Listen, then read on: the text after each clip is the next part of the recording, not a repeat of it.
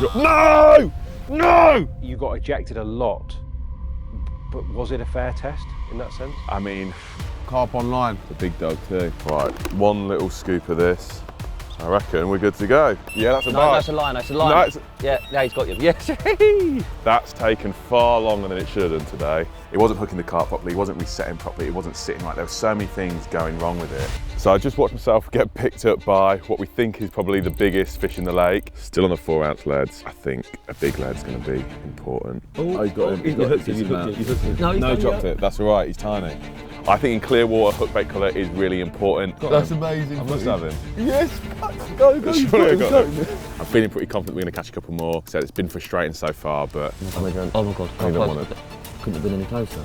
Carp fishing history made. Henry has done something History. that no man has ever done before. Get your head off that line.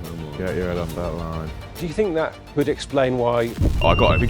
Got him. Yes. Come on. Get in there. Have that. Based off what I've caught over the past 3-4 years of using it. Oh mate, that is the carp we want. Yeah, he's a nice one. He is the one. So one thing I've noticed is that the fish seem to be singling out the citrus boilies more than the pellet. 7, 8, 15 mil boilies in its mouth. That really took me by surprise. Oh, I've said it once, I'll say it again. D-Riggs is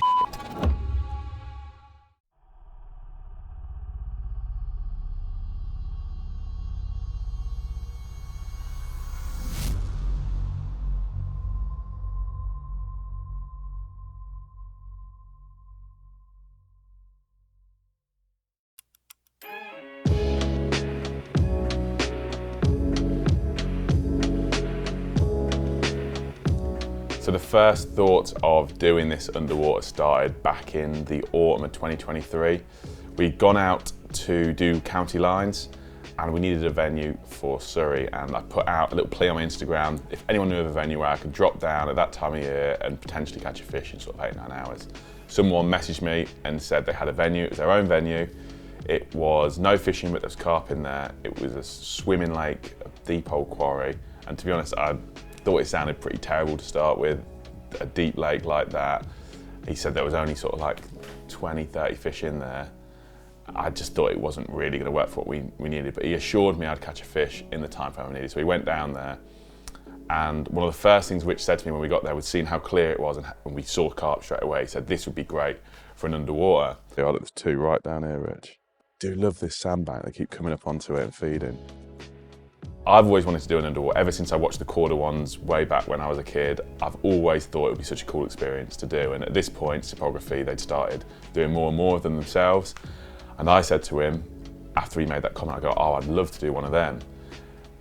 And it basically snowballed from there to the point where, yeah, Elliott said, let's go ahead and do one at that venue in Surrey. And here we are.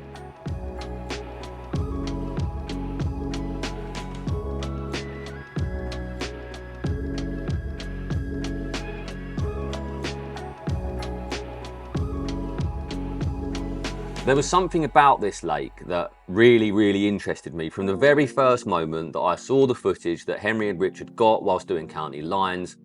I couldn't get the place out of my head, and as I was watching the film, or proof watching the film, there was just something about it that really grabbed me. It's very different to the typical lakes we get in the UK, or certainly the ones that I've seen, and over the years I've been to lots of fishing lakes. Every now and again you go to somewhere and it just sparks something inside you, and this place did that for me. You know, I hadn't even been there, but just looking at the footage, it was somewhere that I knew at some point I really wanted to go. And as time passed, and as we started to discuss underwater filming more, this was somewhere that became really high on my list of priorities in terms of venues to film at. So there's a few fish down here. They seem a bit wary. When I'm poking my head a little bit further beyond these trees, they are sort of noticing me and drifting off, but they do keep coming back. And on the other side as well, there's a water inlet, and the fish seem to be really liking that too. So I think flicking rods either side of this point here is a good bet. And then also there seems to be some fish a bit out in the lake, and we're allowed to use boats here. So I think I'll get rods out here straight away, pump the boat up, and then go and have a look out where I'm seeing the odd fish crash. But there's a good number of fish. My only worry is there does seem to be a few smaller ones. But yeah, I don't know how big they are. It's quite deep, it's quite hard to tell exactly how big they are. They don't look massive.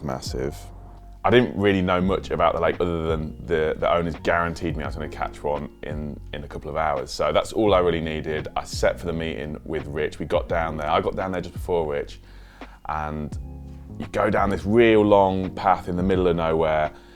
It opens up these gates, and just where the car park is, there's so much going on. There's these big boats in the car park. There's all these shipping containers. There's saunas. There's loads of stuff for the outdoor swimming. There's loads going on before you even get to the lake. I walked down the big old gravel path to the lake where it opens up, and you see this mad venue. I mean, it's not something that you're used to seeing over in the UK as a fishing lake. It's what reminds me of all the quarries up near where I'm from in Leicester. There's loads of quarries like that where they've got these big sheer rock faces, and then it drops down into water, and they've always looked pretty lifeless to me. This one didn't, because straight away on the left-hand side there's a little bay with water running in, and there was a lot of carp. The owners initially told me there's 20 or 30 carp in there. I mean, there's 20 or 30 carp in this bay alone. I took a little iPhone shot of it, sent it over to Rich and said, yeah, I think we're going to catch a few carp here. He was listing off the fish that were actually in the lake, because even though there's no fishing allowed, those two boys are carp anglers, the two owners. They've fished it with their mates. They've caught a couple. They've shown me what they've stocked in there. And there were some nice fish. There's nothing massive. I mean, they said that they think there might be a 30-pounder in there, but the bigger end of the fish are 20-pounders. But there were some really cool fish in there. They got from all over the place a little bit. Like I said, they've got their own stocking program going on. So I was excited straight away. And I remember even saying to Rich when he did arrive, how do you want to play this? Because we could catch one straight away down here, but I don't really want to catch one and have to move on as we do in county lines.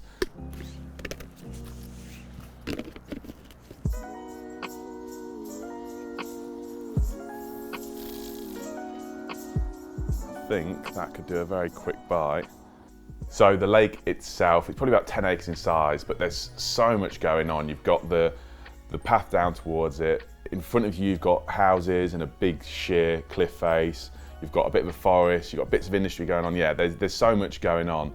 And then in the lake as well, it is super deep. It's nice sandy bottom in areas, but it goes down to 30, 35, 40 foot, and there's a sunken aeroplane in there, there's sunken islands, there's loads of sunken structure. I think they used to use it for diving back in the day. Yeah, there's a lot going on, and Elliott saw the videos on the Cypography story from when we were there, and I think he wanted to go there and fish it himself.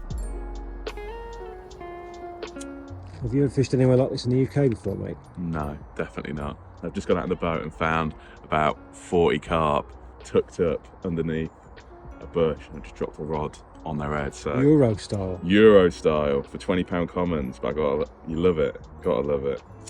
And then when we started discussing about doing it for the underwater, he was sort of talking about where we were going to put the camera, and I'd never done one before, so I didn't really realise what the stipulations are with where you can place a camera. But after he explained it to me, we were struggling for ideas, I thought, of where we could actually put it, because there's so few places where you've got enough distance to place the camera, have the cable back to the shore where you can actually sit and fish from. So that was the first issue. The other issue was the depth. It's so deep in places that I don't know how you're going to comfortably place that camera in 25 plus feet of water. It did limit the options of where we could place it, but where we ended up figuring out would be a good spot to place a camera, I think really did work perfectly. It's not too far away from where you're set up. You can almost, with how clear the water is, you can drop the camera and see it in 10 foot or so of water. It's got a really nice sandy bottom in that area. There's not too many snags about. So even though we were limited where we could actually place the camera, in my eyes, it was a pretty perfect spot. Right, it's not been easy getting this camera in position. We've had the weather against us, it's been raining all day, but the lake's margins are very steep. And what that means is it's hard to position a camera. You're limited to the spots, and we've had trouble with it sort of slipping down the shelf. So it's in position now. We're 3 weeks away from when we come back to actually make the film. And the first job, now the camera's in, is for Henry to put some bait in the water, because we need these fish to come to the bait. Like I say, we're limited in where we can put the camera. This isn't and wouldn't be our #1 choice of spots, but the carp do like it here. But we need to get that bait in regularly to ensure that when we come back, they have been visiting and are ready to get caught. So the mainstay of what I've put in that mix is predominantly small particles. I really want to build the spot here. So if I just put in a handful of boilies or a handful of tigers, the fish can come in, clean you out straight away, and you're not really building that spot up. Having loads of small particles, such as the small seed mix, tiger nut slush, it will really help keep the fish in the area for much longer and build that spot up. But in addition, I have put in tigers and boilies. Tigers because carp just love tigers wherever I go, especially wild carp, where they don't get fished for much, like at this venue.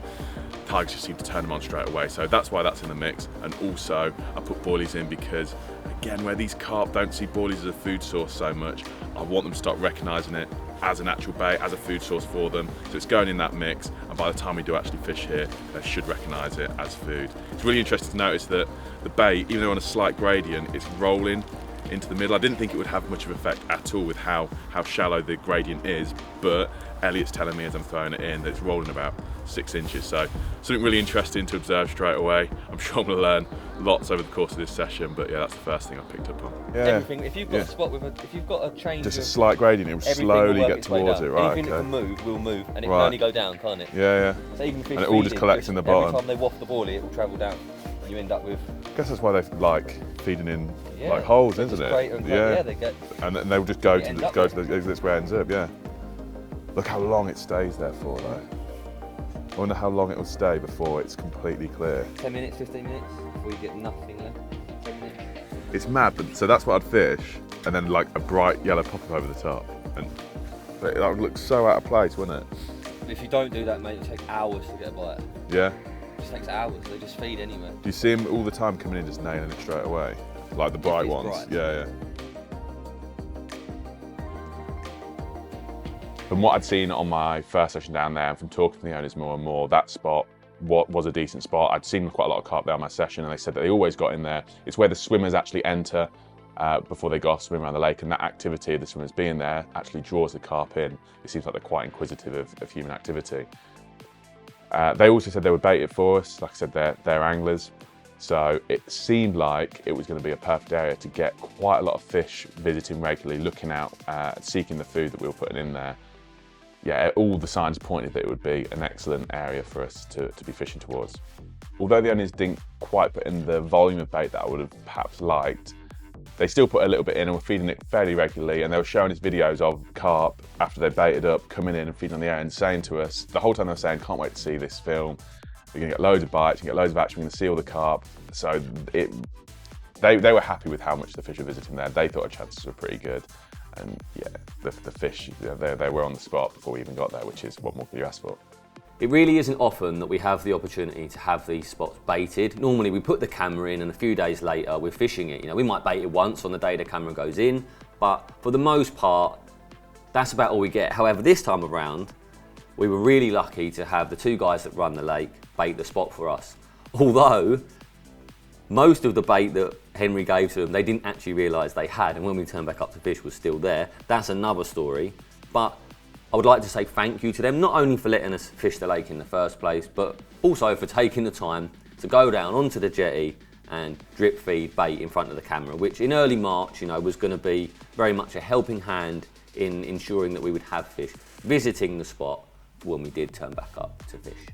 The very first session that we fished there for County Lines, the best spot to fish, I'd go out in the boat to place rods, and the fish would follow the boat around. Like they were everywhere, but they're everywhere in 25, 30, 40 foot of water. Like to get to a place where you could fish for them, there wasn't as many places as there seemed, because the carp seemed everywhere. But yeah, you weren't going to catch them there basically. So the best place to fish for them, there was a bush on the left hand side, right in the distance. And I went over there with the boat, and there was like, 40 carp, it seemed, held up underneath this bush. There's a carp. Oh my word. That is mental. There's so many fish there. And I think within 10 minutes of placing a rod there, I had a bite. So that for me would have been the perfect place to place the camera. Yep. Please be a cool mirror. Oh, I think that's a better one, Rich.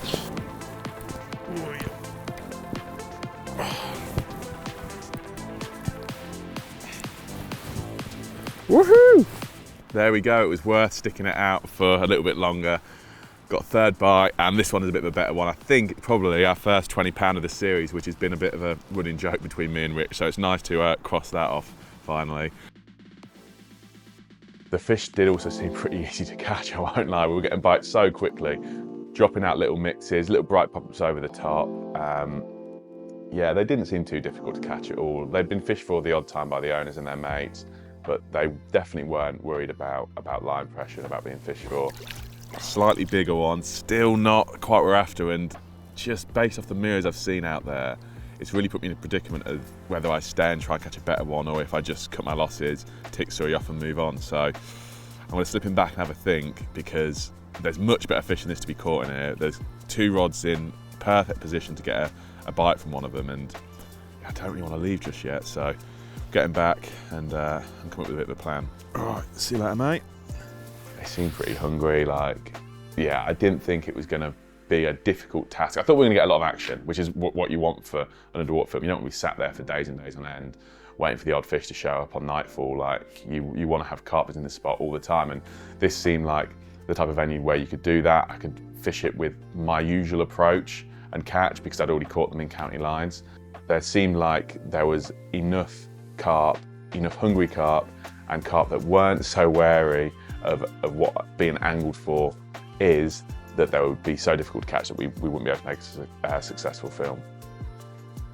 The issue was, it was so far away from where we could be set up on the bank that the cable probably wouldn't reach that far, but also the bank was like that. So actually having the camera fixated on that spot was going to be far too difficult. It's something I didn't really realise until I came down with Elliott and Dave about 3 weeks before we started filming to place the camera, and they said, yeah, there's no way you're going to be able to drop the camera there, because they were worried about the slope on our near side bank, and the difference in the gradient was massive. So I was saying to them, well, if you're worried about this gradient here, there's no way you're going to place a camera over there. And that was something that I hadn't really even taken into consideration. They definitely did seem to like it over in that left-hand margin, and also in a spot on the right-hand side. But because I'd seen so many fish moving around, and the owners were still so confident that they were going to get on the near side spot, that I thought that they'd get there eventually. I thought that they'd move over, and it wouldn't be too much of an issue.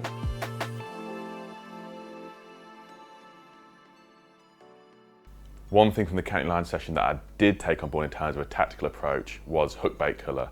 I'd just actually come back from fishing in Europe with Jacob just before that county line session, and I'd been catching loads on yellow. He'd been pretty much blanking on pink, moved over to yellow, and he started catching to the same rate that I'd been catching. And it's something that had happened a couple of times that year, and it made me realise that in clear water, hookbait colour is actually really important. It can play a big role. So I got picked up by a coup and had to redo the rod. And one thing I've noticed, and it's a very recent realisation where I've been fishing some clear waters recently, is that they do actually seem to have a preference of hookbait colour in clear water. And I just had a feeling that maybe changing the colour over would get a quicker bite, because there's fish there, there's fish feeding. When I went over and dropped the rod as well, most of the bait was gone. So there must be a reason why they hadn't eaten that yellow pop-up.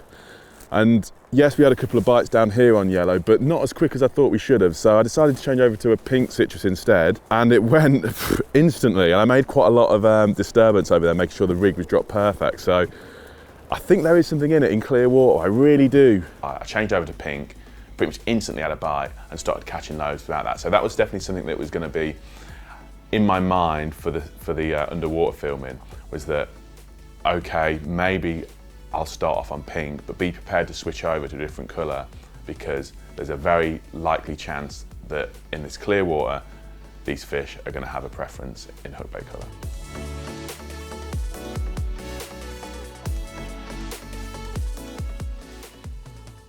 When we got down for the first day of fishing, we were straight away hit with a bit of a roadblock, and that was that the camera being knocked over. Don't know how it happened. Must have been the carp either feeding on the spot, maybe the swimmers coming in and knocked it over, who knows. But either way, when we turned the camera on, it was on its side, and we spent a lot of the first day just trying to re-drop it in the right area. Here is the scene It's plan B. We've just attached a new slab to the bottom of the camera. The boys are hoping that this will help us to achieve the right orientation, which is proving very difficult on the sandy bottom. Mike's expert cable management there. It was a little bit frustrating. I don't think Bridger had been in that situation either, where he had to redrop it himself. I think a lot of the time it had been Elliott who'd done it, but Elliott wasn't there on that first day. So it wasn't the best start. I felt like we definitely lost a bit of time that first morning, but also it was getting quite frustrating because you kept dropping it down thinking it was perfect, and just a slight change in angle meant that we weren't filming what we wanted to film, or it kept wanting to fall forward onto itself. That slight gradient, I think it was like that, was clearly enough to cause havoc. I'm glad we didn't try and drop it over on the other spot, because there's no way in how we would have been able to get that sitting comfortable. How easy was that, Bridger? Scale of 1 to 10. Yeah. 1. That was very annoying. He was getting very angry at the end. Although sandy bottom's quite unique for the UK, it's a lake bed bottom that I've done really well on over in Europe, and whenever I found it, providing the fish are there, I found it nice to fish over. There's a big margin for error in terms of you can sort of put a lot of rigs on there, and it's always presented well. You can apply bait in different ways. You can spread it. You can fish really tight. Yeah, it's a nice bottom to fish over. So when I knew that was the spot we're fishing over, I didn't have any complaints. I was looking forward to fishing over a bottom like that. There was nothing really that could get in the way or affect us, I felt.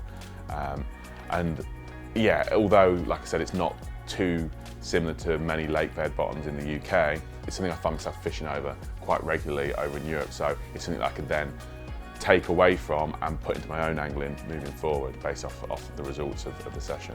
So going into this, I was really excited. I've always wanted to do an underwater film. I've always felt like my rigs and approach would be up to the task, and I wouldn't be left with my pants down, so to say. And also I knew the venue. I knew that it wasn't going to be difficult fishing. I knew I could catch it from here already, so I felt good going into it. I remember driving down. Actually, on the route I had to take to get down to the venue, I'd driven past another lake we fished on county lines, a lake where I did struggle. And I remember going past it thinking, wow, thank God we're not fishing there, because that would be really difficult, and that one would be a bit more of a challenge to where we're going. Like going to the lake in Surrey, I really thought that, yeah, I'm going to come away with my chest held out, proud of my approach, my rigs, everything, and with tens of carp under my belt.